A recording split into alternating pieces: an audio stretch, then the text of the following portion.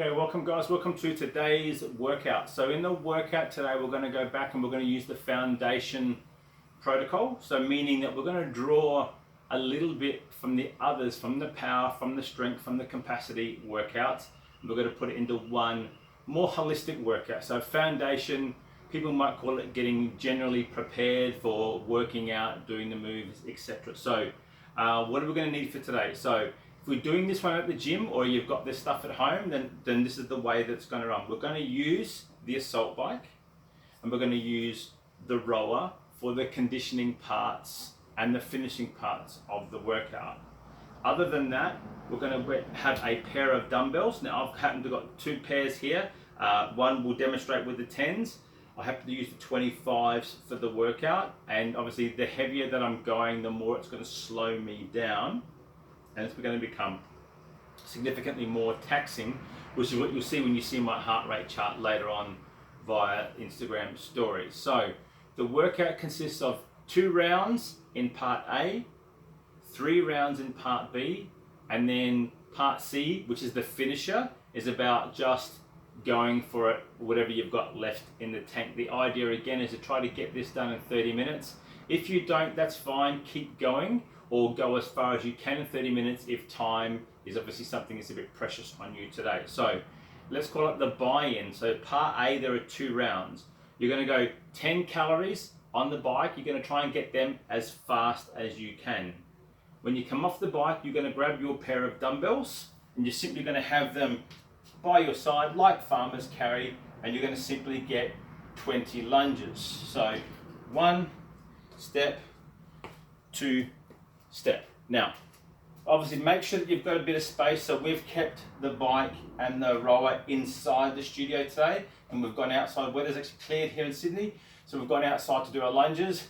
We've got a 10 to 15 metre part of the driveway that we can use. So we've simply gone 1 lap down for our 10, turn around, 2nd lap back for our other 10 to make a total of 20 dumbbell lunges.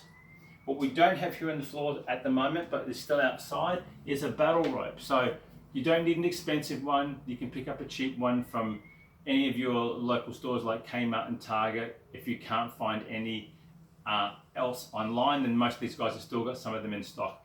And we've now gone into battle ropes. We simply used dumbbells. We'll put them down as the anchor, and we're going for 100 alternating battle ropes. So that's as simple as 1, 2, 3. Count the one hand, get to 50, and you'll get your 100. I'm not looking for zig, zig, zig, zig, zig. I'm not looking for that there. I'm just looking for nice and consistent. But what I want you to do is I want you to try to get into that, what I call the half squat. Not a full squat, but a half squat. So where I'm about 45 degrees with my quads, and I'm simply chest up, and I'm just banging on the ropes. Now, 2 different ways to do this: hand neutral or hands up and hammer, entirely up to you. I like to use the hammer just because it brings my triceps into it.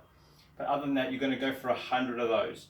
You're then going to come on to the 4th and the final exercise in part A, and it's what we simply call a prisoner squat.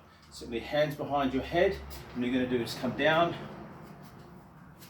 and step back up, and that is 1, and you've got 20. So yes, you're going to smoke your legs a little tiny bit in part A.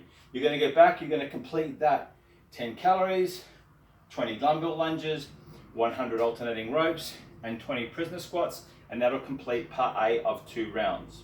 Part B, we're now going to just use 1 pair of dumbbells.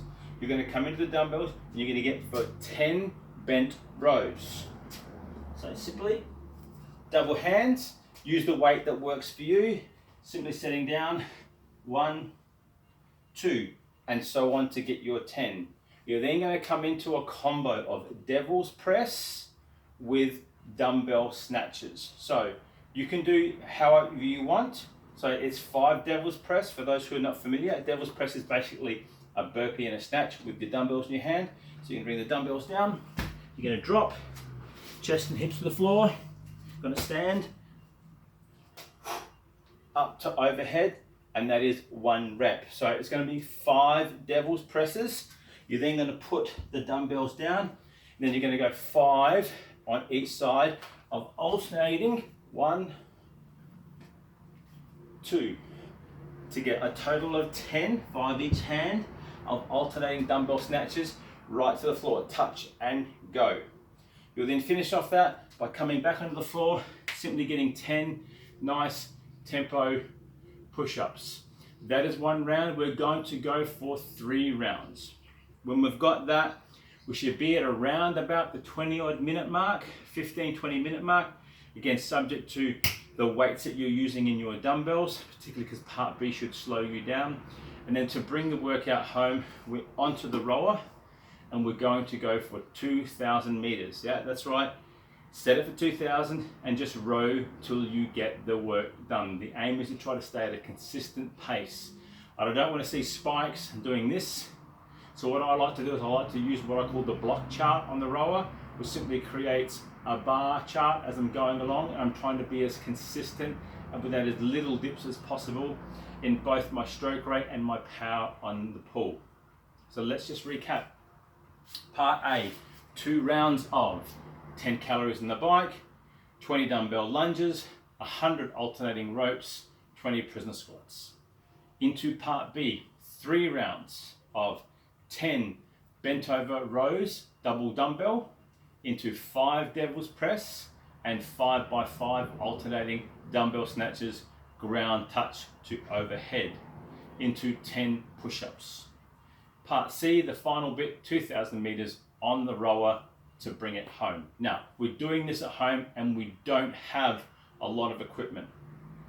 Your 10 calories on the bike, you can simply set your interval timer and you can go for a 20 to 30 second high knees, fast paced sprint just on the spot. Or you can do shuttle runs up and down that driveway. Simply use your timer, let it beep every 30 seconds. With your dumbbell lunges, if you don't have them, you can simply go for simply standing in an overhead position without any weight and do your lunges that way. The whole idea is you then don't put your hands on your hips and you can go for your 20 walking lunges. Alternating ropes, if you don't have that, most of us have got a skipping rope, right? Then we can get 100 skips in roughly the same amount of time. From there, the prisoner squats, anyone can do them. All you need is your feet and the floor, and that's it. A mat clearly to protect your knees.